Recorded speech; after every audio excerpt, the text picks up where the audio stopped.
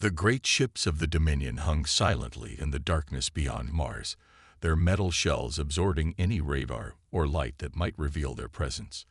Inside the command vessel, First Observer Thompson watched the blue-green planet through enhanced viewing screens.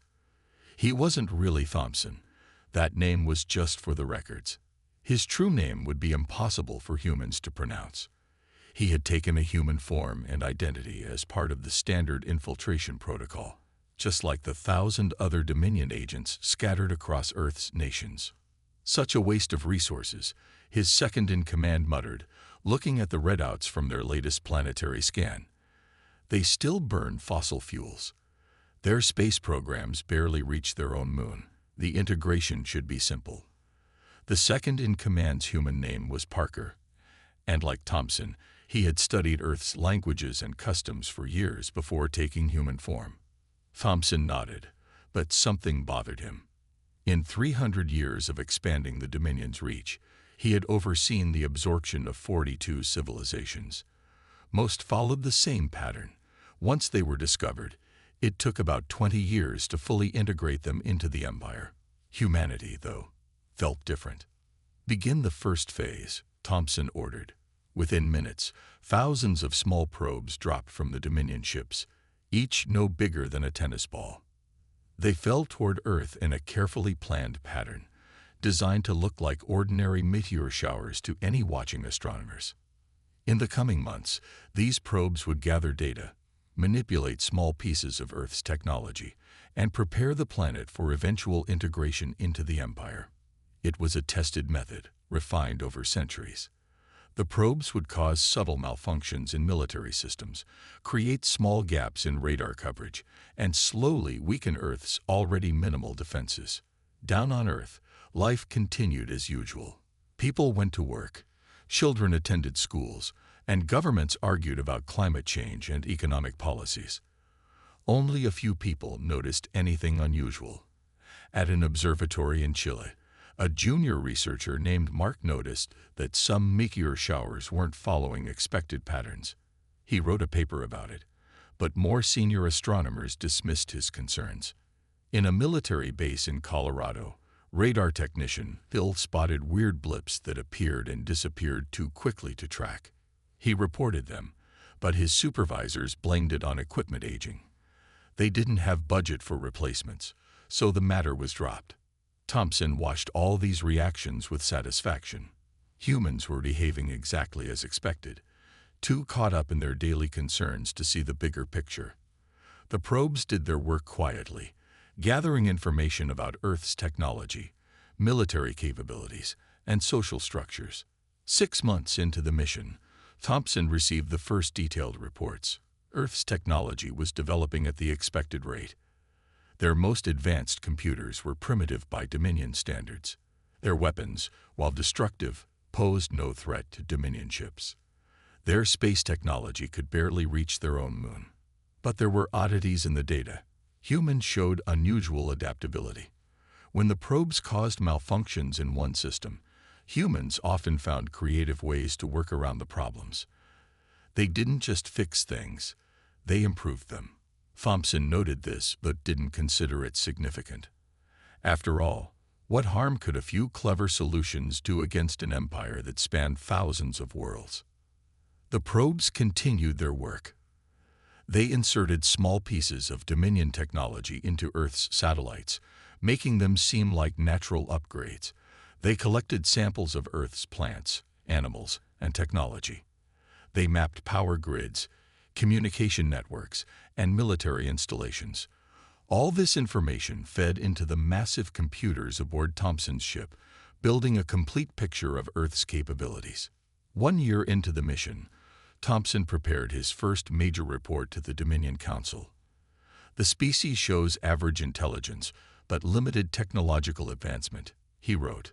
Their social structures are fragmented, with no unified planetary government. They spend more resources on internal conflicts than space exploration. Integration should proceed according to standard protocols. The Council approved his assessment. The next phase would take 5 years, gradually weakening Earth's independence while maintaining the illusion of normal technological progress. By the time humans realized what was happening, resistance would be pointless. But Thompson had made a crucial mistake. He assumed that because humans couldn't detect his ships with their technology, they weren't aware of the Dominion's presence. He didn't realize that humans had another asset: intuition. In a small office at MIT, Professor Laura stared at data from various space observations. Officially, she studied solar wind patterns. Unofficially, she had noticed that something was interfering with those patterns in ways that natural phenomena couldn't explain. She began collecting similar unusual readings from other sources: strange radar behavior, unexpected satellite glitches, odd patterns in meteor showers. At NASA, engineer Robert found that some satellite components were performing better than their specifications allowed. Instead of reporting this success, he quietly began studying these components, noting their unusual properties. These people didn't know each other. They worked separately, gathering pieces of a puzzle they couldn't yet see. But they all shared one trait: they trusted their instincts when things didn't add up. Thompson's probes recorded their activities but classified them as routine scientific research. The humans were careful to maintain normal behavior patterns, never drawing attention to their discoveries. They used paper notes instead of computers, met in person rather than communicating electronically, and kept their suspicions private. 2 years into the mission, Thompson received another batch of data from the probes. Everything seemed normal. Humans were advancing their technology at the expected rate. Their space program had shown some improvements, but nothing remarkable. Their military capabilities remained far below anything that could threaten the Dominion. The integration proceeds as planned, Thompson reported to the Council. The species shows no sign of detecting our presence. Their technological development follows predicted patterns. We anticipate beginning the final phase of integration within 8 years. The Council was pleased. Earth would be another routine addition to the Empire, its resources and population adding to the Dominion's strength. Humans would be given limited roles within the Empire, their development carefully controlled like all other absorbed species. But in secret labs and hidden meetings, a different future was taking shape. Humans had noticed the invasion. They were studying the alien technology, learning its secrets, and preparing their response. They didn't act directly. That would alert the Dominion. Instead, they worked quietly, gathering knowledge, making plans, and building their strength. Thompson's mistake wasn't in underestimating human technology. His mistake was in underestimating human nature, their curiosity, their adaptability, and their determination to remain free. While his probes gathered data and his ships waited in the darkness, humanity was preparing a surprise that would shake the Dominion to its core. But for now, Thompson watched Earth with satisfaction, seeing exactly what he expected to see: a primitive species, unaware of their coming integration into the Empire. The great ships of the Dominion remained hidden beyond Mars, their crews confident in their superior technology and tested methods. They had no idea that their greatest challenge was just beginning. The metal piece sat on Tom Reed's desk, no bigger than a coin. Under normal light, it looked like a simple piece of spacecraft debris, the kind of space junk that occasionally fell to Earth. But Tom knew better. He'd spent 3 months studying it, and everything about it was wrong. The metal didn't match any known alloy. Its internal structure defied Earth's current engineering capabilities. Most importantly, it had been actively transmitting data before his team managed to deactivate it. Tom looked around his underground office, hundreds of feet below the Nevada desert. On paper, this facility didn't exist. Its funding came through a maze of private companies and research grants. The 20 people who worked here had been carefully chosen, not just for their skills, but for their ability to notice things others missed. "The probe network is expanding," said Mary, walking into his office with a stack of papers. She was their chief analyst, former Air Force intelligence. "We've tracked 3 more meteor showers this month. They're not even trying to hide the pattern anymore." She spread a map across his desk, showing the locations of confirmed alien probe landings. Tom nodded. They don't think we can spot them. That's our advantage. He picked up the metal piece. How's the reverse engineering going? Better than expected, Mary replied. The alien tech is advanced, but it follows logical principles. Dr. Wilson's team has already replicated some of its basic functions. The quantum communication system is particularly interesting. It's unlike anything we theorized before. Outside the facility, the world continued its normal routine. News channels reported on elections and sports events. Social media buzzed with celebrity gossip. Nobody noticed that certain scientific papers weren't being published, or that some of the brightest minds in physics and engineering had quietly disappeared from public view.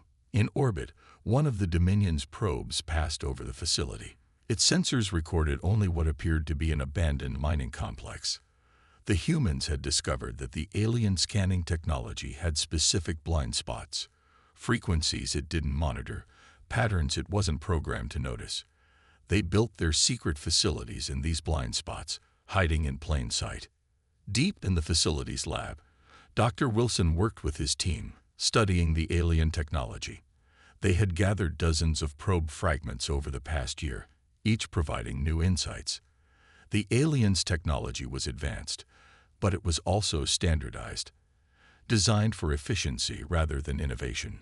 Every piece followed the same basic patterns, used the same materials. They're not creative, Dr. Wilson explained during the weekly briefing. Their tech is incredibly advanced, but it's all variations on the same themes. They found what works and stuck with it. That's their weakness. Tom understood the implications. The aliens had become complacent, relying on tried and tested methods. They assumed that any civilization they encountered would follow predictable patterns of development. But humans had always excelled at thinking outside established patterns. In another part of the facility, a team worked on communication. They had discovered that the alien probes used quantum entanglement for instant communication across vast distances. It was far beyond Earth's official technology level, but the principles were understandable. More importantly, they found ways to interfere with these communications without the aliens realizing it. "We can't stop their signals," explained Jane, the head of communications. "But we can add noise, make their data less reliable. As long as the errors stay within their expected parameters, they won't suspect anything." The work continued around the clock. Similar facilities existed in other countries, hidden in the Australian outback, beneath the Sahara Desert, deep in the Amazon rainforest. They shared information through old-fashioned methods: paper documents, in-person meetings, coded messages hidden in routine diplomatic communications. 6 months into their operation, they had their first major breakthrough. Dr. Wilson's team managed to replicate the aliens' quantum communication system. It wasn't as refined as the original, but it worked. More importantly, it worked differently, using principles the aliens hadn't considered.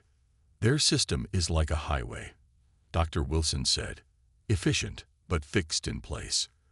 Ours is more like a network of back roads, less direct, but harder to detect, and more flexible." Tom took this information to a secure meeting in Geneva. Representatives from other resistance cells gathered in what appeared to be a routine diplomatic conference. On paper, they discussed trade agreements. In reality, they planned humanity's response to the invasion. "The aliens expect us to develop in certain ways," Tom explained to the gathered leaders. "They're watching for specific signs of advancement. So we'll give them what they expect to see, while developing in ways they don't monitor." The plan was ambitious but simple. On the surface, Earth's technology would advance along the patterns the aliens expected. New satellites would launch, using designs that appeared to be natural developments of existing technology. Military systems would upgrade in predictable ways. The aliens would see exactly what they expected: a civilization slowly progressing toward a level they could easily control. But beneath this facade, humanity was making tremendous leaps. They combined the aliens' quantum principles with human innovation, creating hybrid technologies that worked in ways the Dominion had never imagined. They developed weapons that used the aliens' own blind spots against them. Most importantly, they prepared defenses that the aliens wouldn't know to look for. "We're building an invisible army," Mary said one evening, looking at the latest progress reports, right under their noses. Tom agreed, but he knew they were in a race against time. The aliens' integration plan had specific phases. Eventually, they would move from observation to direct contact. Everything had to be ready before that happened. In orbit, Thompson's ship continued its silent watch. His reports to the Dominion Council remained positive. Earth was developing exactly as predicted. Human technology was advancing in ways that fit their models. There were occasional anomalies in the data, but nothing outside expected parameters. "The species continues to progress according to standard patterns," Thompson wrote in his latest report. "Their space technology shows expected improvements. Military capabilities remain within predicted limits. No sign of unified planetary defense systems. Integration timeline remains unchanged." Back in the underground facility, Tom read an intercepted copy of this report with satisfaction. The aliens saw what they expected to see. They didn't notice the small but growing fleet of advanced ships hidden in asteroid bases. They didn't detect the quantum communication network spreading between secret facilities. They didn't realize that humans had not only understood their technology, but had begun to improve upon it. How long until they realized their mistake? Mary asked during one late-night strategy session. "By then," Tom replied, "it will be too late." The Resistance continued its work, hidden from both the aliens above and the public around them. They were building humanity's future in the shadows, preparing for a confrontation that would reshape the galaxy. The aliens thought they were watching a primitive species slowly developing toward integration. Instead, they were witnessing the quiet rise of their greatest challenge. They just didn't know it yet. Deep within the lunar base, hidden beneath the moon's surface, Dr. Alice Miller stood before a holographic display showing the latest test results. The room around her hummed with energy as quantum processors calculated complex equations that would have been impossible just 5 years ago. What her team had achieved here would change everything. "Run the simulation again," she ordered, her voice steady despite her excitement. The hologram shifted, showing a small spacecraft using principles that combined human ingenuity with alien technology. Unlike the rigid, predictable patterns of Dominion ships, this vessel could adapt its quantum field on the fly, allowing it to move in ways that defied conventional physics. "It works," said David, her chief engineer, checking the numbers for the 10th time. "The quantum neural interface is stable. We've done it." He couldn't hide his smile. After 3 years of work, they had created something entirely new. A way for human minds to directly interface with quantum systems. The Dominion had never considered this approach possible. Their own neural systems were too rigid, too structured to handle the chaos of quantum interactions. But human brains, with their natural ability to process uncertainty and adapt to change, proved perfect for the task. In orbit around Earth, Thompson's probes continued their regular surveillance. They recorded the expected progress in human space technology. A few new satellites, minor improvements in propulsion systems, nothing remarkable. The probes never detected the true advances happening beneath the lunar surface, hidden behind technology specifically designed to exploit their blind spots. Back on Earth, in the Nevada facility, Tom Reed received the encrypted message from the lunar base. "Project Quantum Bridge successful," it read. "Phase 2 ready to begin." He immediately called the secure meeting of the Resistance leadership. "We're ahead of schedule," he announced to the gathered leaders. "The neural interface works. We can begin production of the new ships immediately." The news sent a ripple of excitement through the room. They had expected this phase to take at least another year. In secret facilities around the world, production began. The ships were small compared to Dominion vessels, but size didn't matter when you could manipulate quantum fields with the speed and intuition of human thought. Each ship would be piloted by specially trained crews who could think in quantum patterns, making them nearly impossible to predict or counter. Dr. Miller's team continued their work, making improvements to the interface system. They discovered that human creativity, when directly connected to quantum systems, could achieve things that even their most optimistic projections hadn't predicted. The ships could phase through space in ways that Dominion sensors couldn't track, could generate defensive fields that adapted to any attack pattern. It's like teaching a computer to dream, Dr. Miller explained during a briefing. We're not just using the quantum systems, we're thinking with them. The Dominion uses quantum technology like a tool. We've made it an extension of human consciousness. The breakthrough had other applications too. They developed quantum communication systems that could instantly share information across any distance, completely undetectable to Dominion monitoring. They created adaptive defense systems that could protect entire cities. Most importantly, they found ways to hide all of this development from the aliens' sophisticated scanning technology. In his ship beyond Mars, Thompson prepared his quarterly report to the Dominion Council. Human development continues as expected, he wrote. Their space program shows minor advances in propulsion and satellite technology. No significant breakthroughs detected.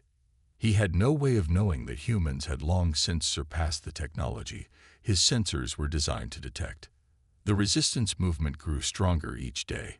Hidden shipyards on Mars, in the asteroid belt, and beneath the lunar surface produced vessels that combined the best of human and alien technology. Each ship was unique, modified by its crew to match their individual thinking patterns. This variety made them impossible to predict, a concept completely foreign to the standardized Dominion fleet. The aliens expect us to follow their path, Tom explained during a strategy session. They think technology only develops in one direction. They'll never see us coming because they're looking for the wrong signs of progress. Dr. Miller's team made another breakthrough in quantum shielding. They found that by linking multiple human operators through the neural interface, they could create defensive systems that adapted faster than any computer could calculate. The shields could anticipate attacks before they happened, using the natural human ability to recognize patterns and predict outcomes. Every human mind is unique, Dr. Miller noted in her research logs. When we connect them to quantum systems, that uniqueness becomes a strength. The Dominion's standardized approach can't handle that level of variety. Production accelerated. The Resistance now had bases throughout the solar system, all hidden from Dominion detection. They had a fleet of ships unlike anything the aliens had encountered before. Most importantly, they had trained crews who could use this technology in ways the Dominion would never expect. How many ships do we have now? Tom asked during a secure briefing. Over 300, Mary replied. All crewed and ready. The lunar shipyards are producing 2 more each day. Mars base is up to 3 per day. Asteroid facilities are online and increasing production. The pieces were falling into place faster than anyone had hoped. Human innovation, freed from the need to follow normal development patterns, had made extraordinary leaps. They had taken alien technology and transformed it into something new, something that reflected humanity's greatest strengths: creativity, adaptability, and unpredictability. In orbit, Thompson's probes continued their routine surveillance. They noted small improvements in human technology, all within expected parameters. They recorded the launch of new satellites, the construction of better ground-based telescopes, the development of slightly more efficient rockets. Everything seemed to be progressing exactly as the Dominion's models predicted. But beneath this carefully maintained facade, humanity had achieved what the Dominion thought impossible. They had not just caught up with alien technology. They had taken it in entirely new directions. They had created systems that no alien computer could predict, ships that no Dominion sensor could properly track, weapons that could bypass any standardized defense. When will they realize what we've done? David asked Dr. Miller as they watched another successful test of the quantum neural interface. When it's too late for them to do anything about it, she replied, her eyes on the holographic display showing yet another breakthrough in human quantum integration. They're so sure of their superiority that they won't see the truth until we show them directly. The great leap was complete. Humanity had done more than just advance. They had revolutionized how technology could work. Now they waited, hidden behind careful deception, for the moment to reveal just how far they had come. The Dominion's greatest mistake wasn't in underestimating human technology. It was in underestimating human potential. The Dominion's integration fleet emerged from deep space in perfect formation. 500 ships arranged in the time-tested pattern that had conquered 1,000 worlds. Thompson stood on his command ship's bridge, watching Earth grow larger on the main screen. After 10 years of preparation, the time had finally come to bring this primitive world into the Empire. "Launch the announcement broadcast," Thompson ordered. The message would be transmitted in all Earth's major languages, declaring the planet's incorporation into the Dominion and demanding immediate surrender. It was a formality. No species had ever refused. Their sensors showed Earth's pitiful space defenses, a few crude satellites, some primitive space stations, nothing that could resist their fleet. The message went out. Thompson waited for the panic, the confusion, the desperate attempts at communication that always followed. Instead, there was silence. Complete silence. Not even the usual radio chatter from Earth's satellites. "Sir," his sensor officer called out, voice uncertain, "I'm detecting movement from behind Earth's moon." Thompson turned to look at the tactical display. What he saw made no sense. Ships were emerging from hidden bases on the moon's dark side. Hundreds of them. They were smaller than Dominion vessels, but moved with impossible speed and precision. More ships appeared from Mars' orbit, from asteroid bases, from places his probes had reported empty for years. "Impossible," Thompson whispered, but he was watching it happen. Admiral James Walker stood on the bridge of the Earth Defense Force flagship Freedom, watching his fleet take position. The ships were products of 10 years of secret work, hybrid vessels combining human innovation with reversed engineered alien technology. They were smaller than the Dominion's massive warships, but far more maneuverable. "All ships, execute Pattern Delta," Walker ordered.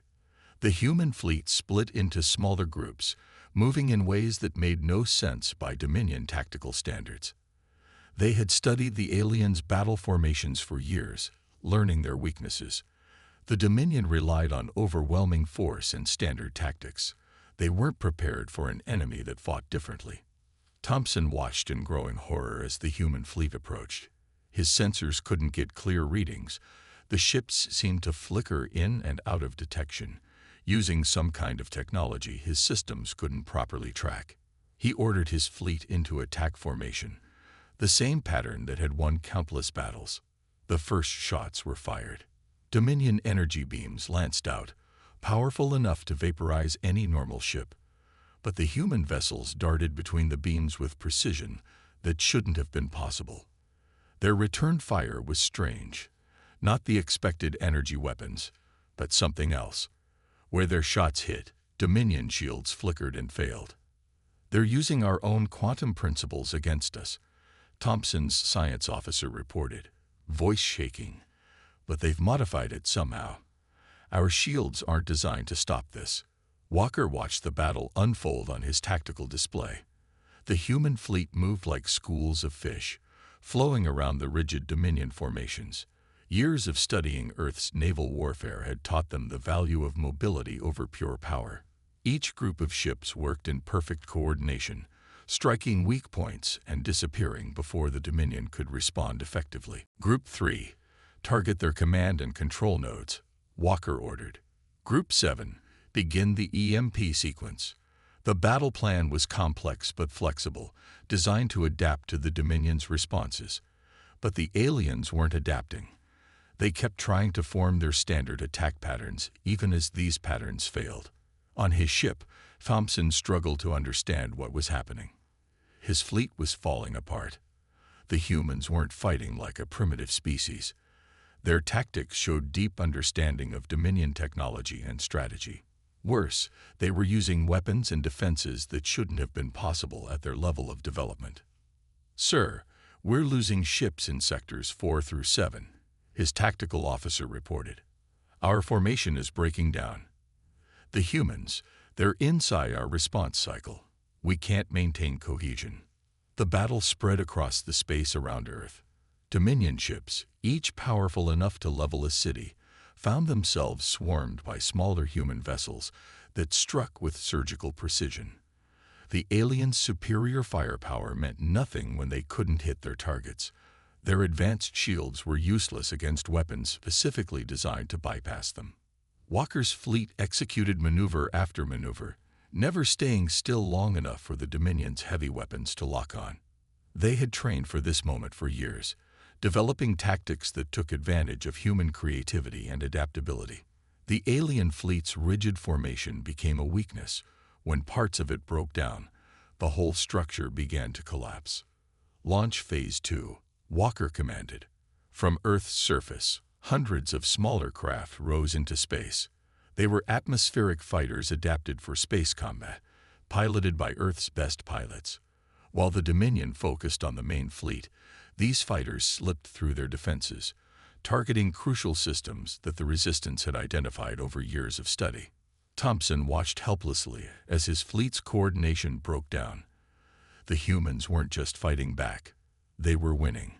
Ships that had survived hundreds of battles were being disabled or destroyed by weapons that didn't follow standard physics. His crews, trained to follow specific protocols, couldn't adapt fast enough to these impossible tactics. "Send the emergency signal," Thompson ordered. They needed reinforcements, but when his communications officer tried to activate their quantum transmitter, nothing happened. The humans had somehow blocked their ability to call for help. Walker allowed himself a small smile as reports came in. The Dominion fleet was in chaos. Their rigid hierarchy was working against them. Without clear orders from their command ships, many alien vessels simply stopped fighting effectively. The human fleet pressed its advantage, systematically disabling key enemy ships while avoiding their strongest weapons. "Their command ship is isolated," Walker's tactical officer reported. "All planned objectives are being achieved. Minimal losses on our side." Thompson stared at his tactical display in disbelief. Half his fleet was disabled or destroyed. The others were scattered, unable to maintain their combat formation. The humans had done the impossible. They had taken everything the Dominion thought they knew about warfare and turned it upside down. "Sir," his second-in-command said quietly, "we should consider retreat." The words felt like poison in Thompson's mouth, but he knew they were true. For the first time in centuries, a Dominion integration fleet had failed. Walker watched as the remaining Dominion ships began to pull back. They didn't retreat in panic. Their discipline held even in defeat. But they retreated nonetheless, falling back beyond Mars' orbit in perfect order. The first battle for Earth's freedom was over. "Send the message," Walker ordered. The words they had prepared years ago were transmitted to the retreating Dominion fleet in their own language. "The people of Earth reject integration. We offer peace between equals, or you will face more battles like this one." On his damaged ship, Thompson received the message. He had no choice but to accept the temporary peace offer. But as his fleet limped away from Earth, he realized something that would shake the Dominion to its core. They had completely misjudged humanity. This species hadn't just developed beyond their expectations. They had done it in ways the Dominion had never imagined possible. The battle was over, but its implications would echo across the galaxy. Humanity had announced its presence on the galactic stage, not as another conquered race, but as a force that could challenge the Dominion itself. And this was only the beginning. The Grand Hall of the Dominion Council fell silent as the human delegation walked in. Tom Reed led the group, accompanied by Dr. Miller and Admiral Davis. The massive chamber, designed to intimidate with its towering crystal walls and floating platforms, didn't seem to affect them. They had earned their right to be here. 3 months had passed since the battle that changed everything. The Dominion's defeat had sent shockwaves through their empire. Now representatives from 1,000 worlds watched as humans took their place at the galaxy's highest council. "We are not here for revenge," Tom began, his voice carrying clearly through the chamber. "We're here to propose a new way forward." Behind him, Holographic displays showed the battle that had humbled the mighty Dominion fleet, but they also showed something else: images of cooperation, of shared knowledge, of progress. In the audience, Thompson watched with a mixture of shame and fascination. His greatest failure had become the Empire's greatest opportunity. The humans hadn't just defeated the Dominion. They had shown them their own stagnation. For 10,000 years, the Dominion has spread across the stars, Tom continued. You've built an empire based on control and standardization. But the universe is not standard. Life is not standard. Progress comes from variety, from change, from the unexpected. The council members shifted uncomfortably. On dozens of worlds, their subject species were already demanding changes. The news of humanity's victory had spread faster than any quarantine could contain. More importantly, the story of how they won had inspired others to think differently. Dr. Miller stepped forward, activating a new holographic display. "We've learned to combine technologies in ways you never considered," she explained. "Not because we're smarter, but because we're different. Every species has unique ways of thinking, of solving problems. That diversity is a strength, not a weakness to be controlled." The display showed their quantum neural interface technology, but with modifications. "We've already adapted this system to work with 20 different species," she continued. "Each one adds something new, something unexpected. Together, we can achieve things none of us could manage alone." In the weeks since the battle, secret resistance movements had contacted Earth from across the Empire. Species that had been subjugated for centuries saw hope in humanity's example. But instead of calling for revolution, humans had offered something more powerful: partnership. Admiral Davis spoke next, addressing the military concerns. "Your fleets are powerful," he acknowledged. "But they all fight the same way, think the same way. We've shown that innovation beats standardization. Imagine what we could achieve if we combined all our different approaches to space combat, exploration, and defense." The council chamber erupted in discussion. Some members argued for maintaining the old ways, but others saw the opportunity being offered. The Empire had grown complacent, rigid. Humanity had proven that progress hadn't stopped, that there were still new ways to advance. In orbit above the Dominion capital, Earth's ships floated alongside alien vessels. Their quantum fields pulsed in patterns no computer could predict, each one a testament to human creativity. But now they were teaching other species to do the same, showing them how to break free from standard patterns and find their own ways forward. "We propose the formation of the Galactic Concordat," Tom announced. "Not an empire ruled by one species, but a federation where each civilization contributes its unique strengths. Where diversity is celebrated, not suppressed. Where we face the unknown together, each in our own way." The holographic displays showed new technologies already being developed through cooperation. Quantum interfaces adapted for crystalline alien minds, producing results that surprised even their creators. Defense systems that combined a dozen different approaches to space combat, making them nearly invincible. Communication networks that worked in ways the Dominion had never imagined. "Your Empire's mistake wasn't in finding us," Dr. Miller added. "It was in trying to make us fit your pattern. Every species develops differently, thinks differently, dreams differently. That's not a flaw to be corrected. It's an advantage to be embraced." In the days that followed, the council debated the proposal, but the outcome was already clear. Across the Empire, change was happening. Species that had been silent for centuries found their voices. Technologies that had been standard for millennia were being questioned, improved, combined in new ways. 1 year after the battle, the Galactic Concordat became reality. The Dominion's rigid hierarchy transformed into a dynamic network of cooperating civilizations. Earth became a hub of innovation, not because humans were superior, but because they had learned to combine different approaches, to find strength in variety. The old Dominion Council chamber changed too. Instead of floating platforms designed to intimidate, it became a place where representatives from all species could meet as equals. The crystal walls now displayed an ever-changing array of artwork from 1,000 worlds, each piece unique, each contributing to a greater whole. Tom stood in the new chamber, watching representatives from different species work together. Some were former enemies, others had been oppressed for generations. Now they were partners, each bringing their own perspective to galactic civilization.